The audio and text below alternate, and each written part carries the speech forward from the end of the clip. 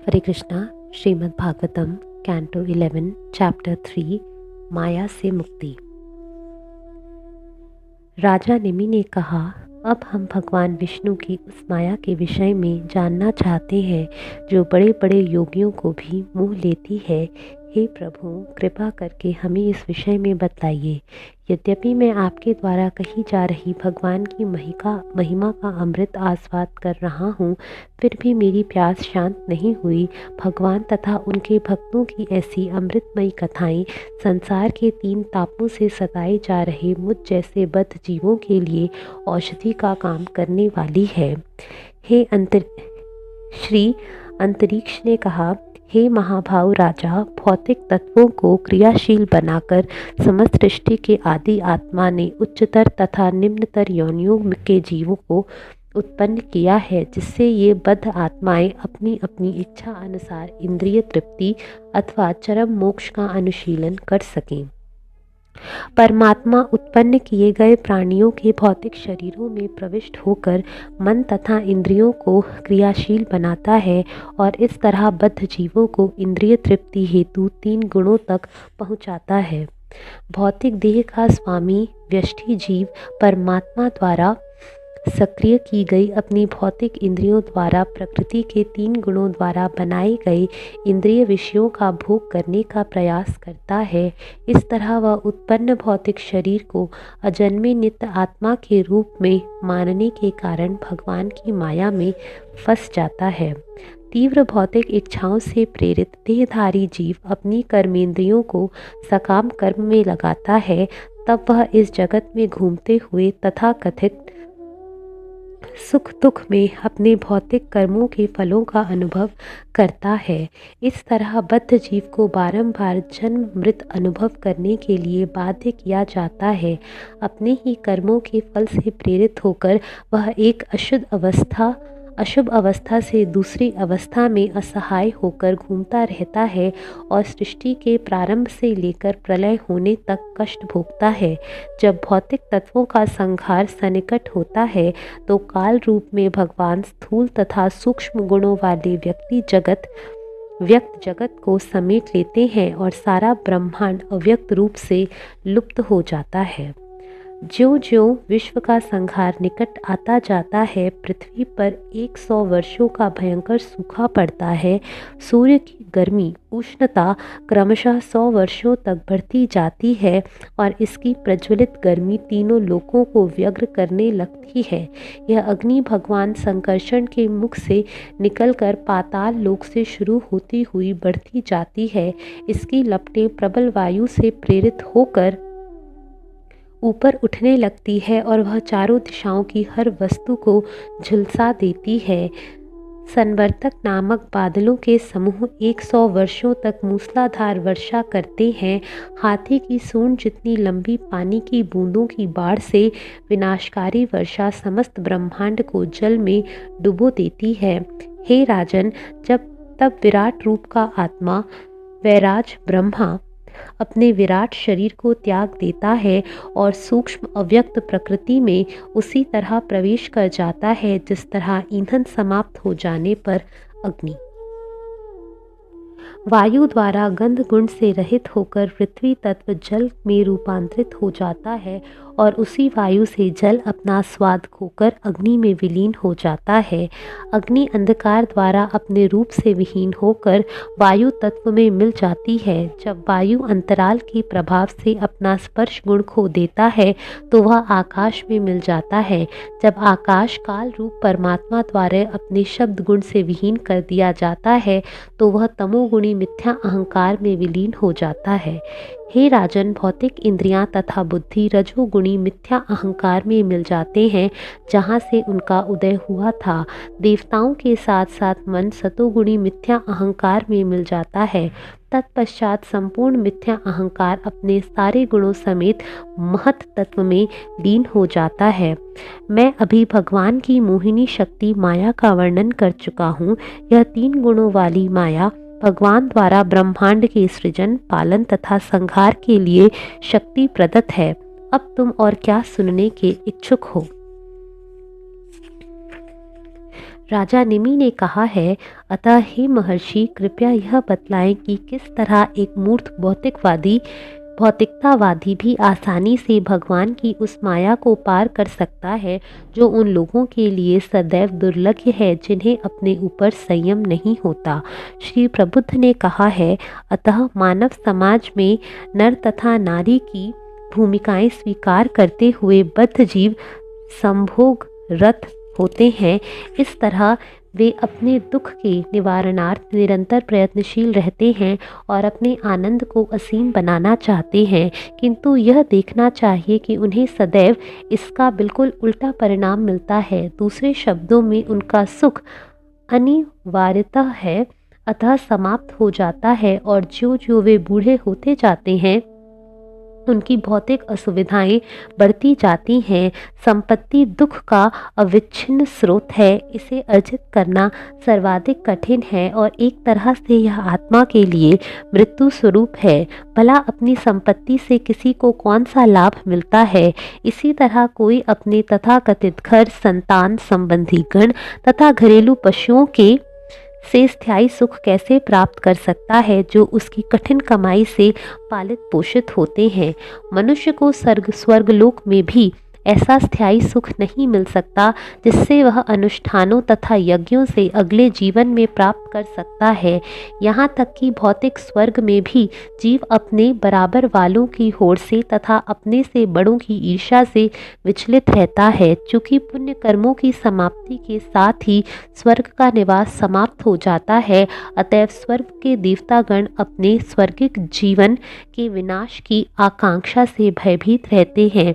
इस तरह उनकी दशा उन राजाओं की सी रहती है जो सामान्य जनता द्वारा ईर्ष्यावश प्रशंसित होते हैं, किंतु शत्रु राजाओं द्वारा निरंतर सताए जाते हैं, जिससे उन्हें कभी भी वास्तविक सुख नहीं मिल पाता। अतएव जो व्यक्ति गंभीरता पूर्वक असली सुख की इच्छा रखता हो उसे प्रामाणिक गुरु की खोज करनी चाहिए और दीक्षा द्वारा उसकी शरण ग्रहण करनी चाहिए। प्रामाणिक गुरु की योग्यता यह होती है कि वह विचार विमर्श द्वारा शास्त्रों के निष्कर्षों से अवगत हो चुका होता है और निष्कर्षों के विषय में अन्यों को आश्वस्त करने में सक्षम होता है। ऐसे महापुरुष जिन्होंने समस्त भौतिक धारणाओं का त्याग कर भगवान की शरण ग्रहण कर ली है, उन्हें प्रामाणिक गुरु मानना चाहिए। प्रामाणिक गुरु को प्राण एवं आत्मा तथा आराध्य देव मानते हुए शिष्य को चाहिए कि उससे शुद्ध भक्ति की विधि सीखे। समस्त आत्माओं के आत्मा भगवान हरि अपने आप को अपने शुद्ध भक्तों को सौंपने के लिए उद्यत रहते हैं। इसलिए शिष्य को अपने गुरु के द्वैत रहित होकर भगवान की श्रद्धापूर्ण तथा उपयुक्त विधि से सेवा करना सीखना चाहिए, जिससे वे तुष्ट होकर श्रद्धालु शिष्य को अपने आप को सौंप सकें। निष्ठावान शिष्य को चाहिए कि मन को प्रत्येक भौतिक वस्तु से विलग रखना सीखे एवं अपने गुरु तथा अन्य साधु भक्तों की संगति का सकारात्मक रूप से अनुशीलन करे। उसे अपने से निम्न पद वालों के प्रति उदार होना चाहिए, समान पद वालों के साथ मैत्री करनी चाहिए और जो अपने से उच्चतर आध्यात्मिक पद पर हैं उनकी विनीत भाव से सेवा करनी चाहिए। इस तरह उसे समस्त जीवों के साथ समुचित व्यवहार करना सीखना चाहिए। गुरु की सेवा करने के लिए शिष्य को स्वच्छता, तपस्या, सहनशीलता, मौन, वेदाध्ययन, सादगी, ब्रह्मचर्य, अहिंसा तथा गर्मी और शीत, सुख और दुख जैसे द्वैतों के समक्ष समत्व सीखना चाहिए। मनुष्य को चाहिए कि अपने को नित्य आत्मा के रूप में और भगवान को हर वस्तु का परम नियंता देखते हुए ध्यान करे। ध्यान में वृद्धि लाने के लिए वह एकांत स्थान में रहे और अपने घर तथा घर की सामग्री के प्रति छूटी आसक्ति को त्याग दे। नश्वर शरीर के अलंकरण को त्याग कर मनुष्य अपने को चीथड़ों से या वृक्षों के छाल से ढके। इस तरह उसे किसी भी भौतिक परिस्थिति में संतुष्ट रहना सीखना चाहिए। मनुष्य को यह अटूट श्रद्धा होनी चाहिए कि उन शास्त्रों का अनुसरण करने से उसे जीवन में पूर्ण सफलता मिलेगी जो पूर्ण पुरुषोत्तम भगवान के यश का वर्णन करते हैं। इसी के साथ उसे अन्य शास्त्रों की निंदा करने से अपने को बचाना चाहिए। उसे अपने मन, वाणी तथा शारीरिक कर्मों पर कठोर नियंत्रण रखना चाहिए, सदैव सच बोलना चाहिए और मन तथा इंद्रियों को पूरी तरह वश में रखना चाहिए।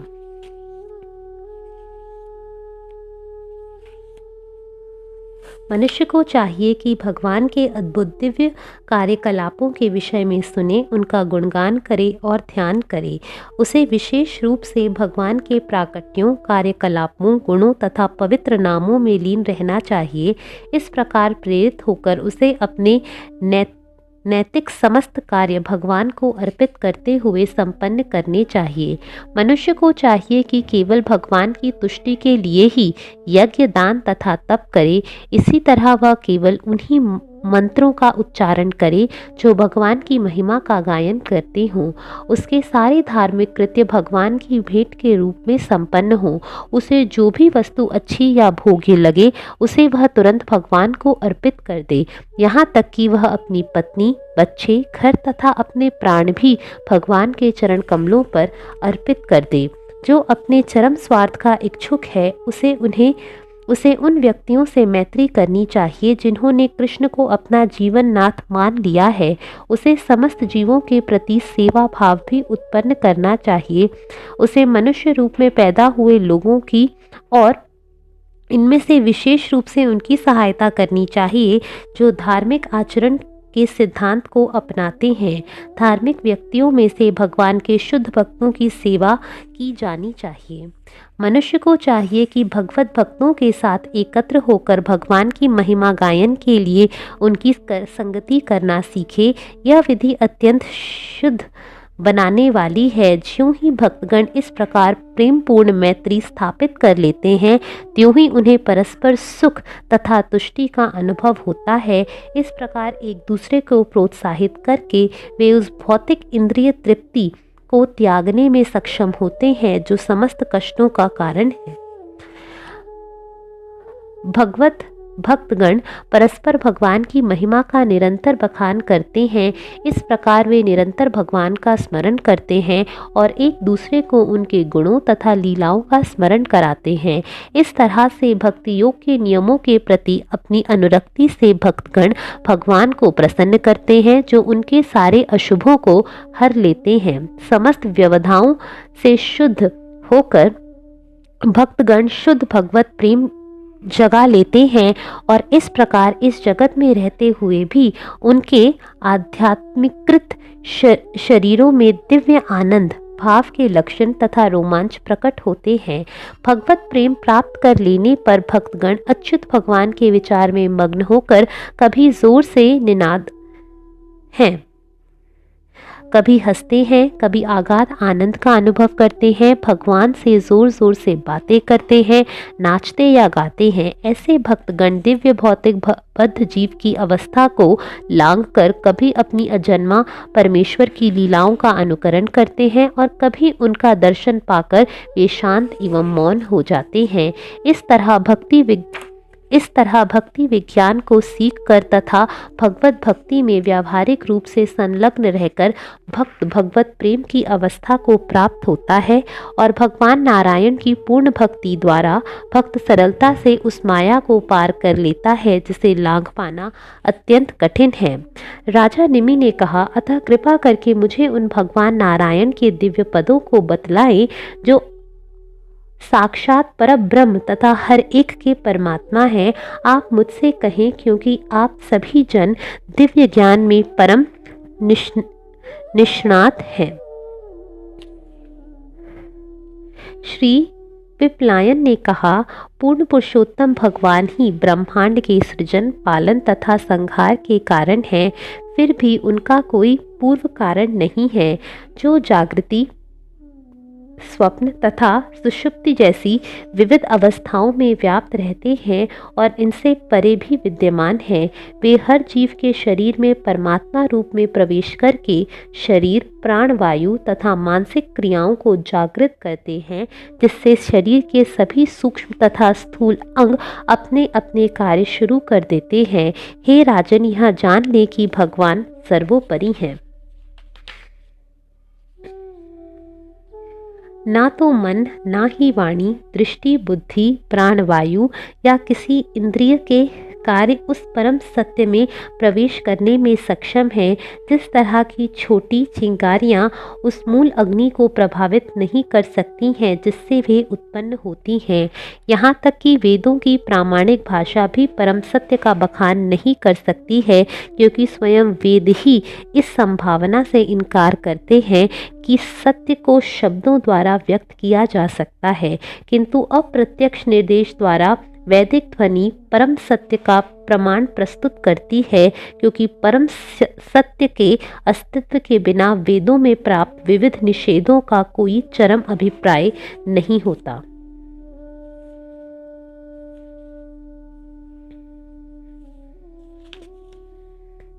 ब्रह्म जो मूलतः एक है, वह त्रिगुण होकर विख्यात है और प्रकृति के 3 गुणों सतो, रजो तथा तमो गुणों के रूप में अपने को प्रकट करता है। ब्रह्म इससे भी आगे अपनी शक्ति का विस्तार करता है। इस तरह मिथ्या अहंकार के साथ साथ कार्य करने की शक्ति तथा चेतना शक्ति प्रकट होती है, जो बद्ध जीव के स्वरूप को ढक लेती है। इस तरह ब्रह्म की बहुविध शक्तियों के विस्तार से देवता गण ज्ञान के साक्षात रूप में प्रकट होते हैं और उनके साथ साथ भौतिक इंद्रियां, उनके विषय तथा कर्म फल, सुख दुख प्रकट होते हैं। इस तरह भौतिक जगत की अभिव्यक्ति सूक्ष्म कारणों के रूप में तथा स्थूल भौतिक पदार्थों में दृश्य भौतिक कार्य के रूप में होती है। ब्रह्म जो कि समस्त सूक्ष्म तथा स्थूल अभिव्यक्तियों का स्रोत है, परम होने के कारण उनसे परे ही रहता है। नित्य आत्मा ब्रह्म ना तो कभी जन्मा था, ना कभी मरेगा, ना ही वह बड़ा होता है, ना उसका क्षय होता है। वह आध्यात्मिक आत्मा वास्तव में भौतिक शरीर की युवा अवस्था, मध्यावस्था तथा भौतिक शरीर की मृत्यु का ज्ञाता है। इस प्रकार आत्मा को शुद्ध चेतना माना जा सकता है, जो सभी काल में सर्वत्र विद्यमान रहता है और कभी विनष्ट नहीं होता। जिस प्रकार प्राण एक होते हुए भी शरीर के भीतर विभिन्न इंद्रियों के संपर्क में अनेक रूप में प्रकट होता है, उसी तरह एक आत्मा भौतिक शरीर के संपर्क में विविध भौतिक उपाधियां धारण करता प्रतीत होता है। इस भौतिक जगत में आत्मा कई जीव योनियों में जन्म लेता है। कुछ योनियां अंडों से उत्पन्न होती हैं, कुछ भ्रूण से, कुछ पौधों और वृक्षों के बीजों से, तो कुछ स्वेद से उत्पन्न होती है, किंतु समस्त योनियों में प्राण अपरिवर्तित रहता है और वह आत्मा के पीछे पीछे एक शरीर से दूसरे शरीर में चला जाता है। इसी प्रकार आत्मा विभिन्न जीवन स्थितियों के बावजूद निरंतर वहीं बना रहता है। हमें इसका व्यावहारिक अनुभव है। जब हम बिना स्वप्न देखे प्रगाढ़ निद्रा में होते हैं तो भौतिक इंद्रियां निष्क्रिय हो जाती हैं, यहाँ तक कि मन तथा मिथ्या अहंकार भी निष्क्रिय हो जाते हैं। किंतु जब मनुष्य जागता है तो वह स्मरण करता है कि आत्मा रूप वह शांति से सो रहा था, यद्यपि इंद्रियां, मन तथा मिथ्या अहंकार निष्क्रिय थे। जब मनुष्य अपने हृदय में भगवान के चरण कमलों को जीवन के एकमात्र लक्ष्य के रूप में स्थिर करके भगवान की भक्ति में गंभीरता पूर्वक संलग्न होता है, तो वह अपने हृदय के भीतर स्थित उन असंख्य अशुद्ध इच्छाओं को विनष्ट कर सकता है, जो प्रकृति के 3 गुणों के अंतर्गत उसके पूर्व कर्मों के फल के कारण संचित होती है। जब इस तरह हृदय शुद्ध हो जाता है तो वह भगवान को तथा अपने को दिव्य जीवों के रूप में प्रत्यक्षतः अनुभव कर सकता है। इस तरह वह प्रत्यक्ष अनुभव द्वारा आध्यात्मिक ज्ञान में निष्णात हो जाता है, जिस तरह की सामान्य स्वस्थ दृष्टि द्वारा सूर्य प्रकाश का प्रत्यक्ष अनुभव किया जा सकता है। राजा निमि ने कहा, हे मुनियों, हमें कर्मयोग की विविध विधि के विषय में बतलाएं। परम पुरुष को अपने व्यावहारिक कर्म समर्पित करने की किस विधि से शुद्ध होकर व्यक्ति अपने को इस जीवन में भी समस्त भौतिक कार्यों से मुक्त कर सकता है और इस तरह दिव्य पद पर शुद्ध जीवन का भोग कर सकता है।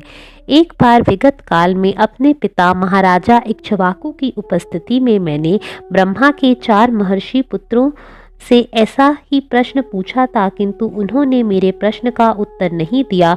कृपया इसका कारण बतलाएं। श्री अविहोत्र ने उत्तर दिया, कर्म, अकर्म तथा विकर्म ऐसे विषय हैं जिन्हें वैदिक साहित्य के प्रामाणिक अध्ययन द्वारा ही भली भांति समझा जा सकता है। इस कठिन विषय को सांसारिक कल्पना के द्वारा कभी भी नहीं समझा जा सकता। प्रामाणिक वैदिक साहित्य भगवान का शब्दावतार है। इस प्रकार वैदिक ज्ञान पूर्ण है। वैदिक ज्ञान की सत्ता की उपेक्षा करने से बड़े बड़े पंडित तक कर्म योग को समझने में भ्रमित हो जाते हैं। बचकाने तथा मूर्ख लोग भौतिकतावादी सकाम कर्मों के प्रति आसक्त रहते हैं। यद्यपि जीवन का वास्तविक लक्ष्य ऐसे कर्मों से मुक्त बनना है, इसलिए वैदिक आदेश सर्वप्रथम सकाम धार्मिक कर्मों की संस्तुति करके मनुष्य को परोक्ष रीति से चरम मोक्ष के मार्ग पर ले जाते हैं। जिस तरह पिता अपने पुत्र को दवा पिलाने के लिए उसे मिठाई देने का वादा करता है, यदि कोई अज्ञानी जिसने भौतिक इंद्रियों को वश में नहीं किया है वह वैदिक आदेशों में अटल नहीं रहता, तो वह निश्चय ही पापमय तथा अधार्मिक कार्यों में लिप्त रहेगा। इस तरह उसको बारंबार जन्म मृत्यु भोगना पड़ेगा। निर्लिप्त होकर वेदों द्वारा निर्दिष्ट नियमित कार्यों को संपन्न करने और ऐसे कार्य के फल भगवान को अर्पित करने से मनुष्य को भौतिक कर्म के बंधन से मुक्ति रूपी सिद्धि मिल जाती है। प्रामाणिक शास्त्रों में प्रदत्त भौतिक कर्म फल वैदिक ज्ञान के चरम लक्ष्य नहीं है, अपितु कर्ता में रुचि उत्पन्न कराने के निमित्त है।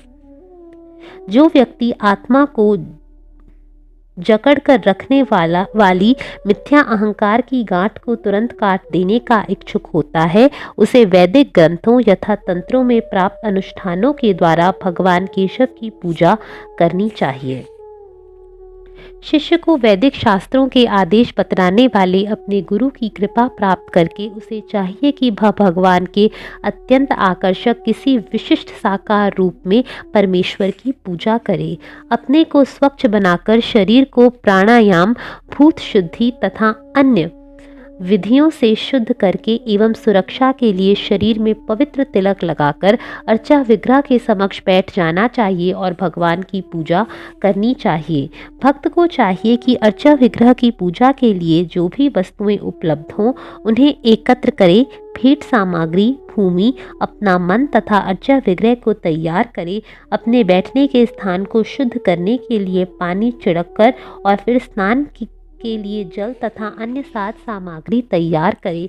इसके बाद भक्त को चाहिए कि अर्चा विग्रह को शरीर से तथा अपने मन से उसके सही स्थान पर रखे। वह अपना ध्यान एकाग्र करे और अर्चा विग्रह के हृदय पर तथा शरीर के अन्य अंगों पर तिलक लगाए, तब उपयुक्त मंत्र द्वारा पूजा करे। मनुष्य को चाहिए कि अर्चा विग्रह के दिव्य शरीर के प्रत्येक अंग के साथ साथ उनके आयुधों तथा सुदर्शन चक्र, उनके अन्य शरीर स्वरूपों तथा उनके निजी संगियों की पूजा करे। वह भगवान के इन दिव्य पक्षों में से हर एक की पूजा, उसके मंत्र तथा पांव धोने के लिए जल, सुगंधित जल, मुख धोने का जल, स्नान के लिए जल, उत्तम वस्त्र तथा आभूषण, सुगंधित तेल, मूल्यवान हार, अक्षत, फूल, मालाएं, धूप तथा दीपों से करें। इस तरह बताए गए विधानों के अनुसार सभी तरह से पूजा करके मनुष्य को चाहिए कि भगवान हरि के अर्चा विग्रह का आदर स्तुतियों से करे और झुककर उन्हें नमस्कार करे। पूजा करने वाले को चाहिए कि अपने आप को भगवान का नित्य दास मानकर ध्यान से पूर्णतया लीन हो हो जाए और इस तरह यह स्मरण करे कि अर्चा विग्रह उसके हृदय में भी स्थित है।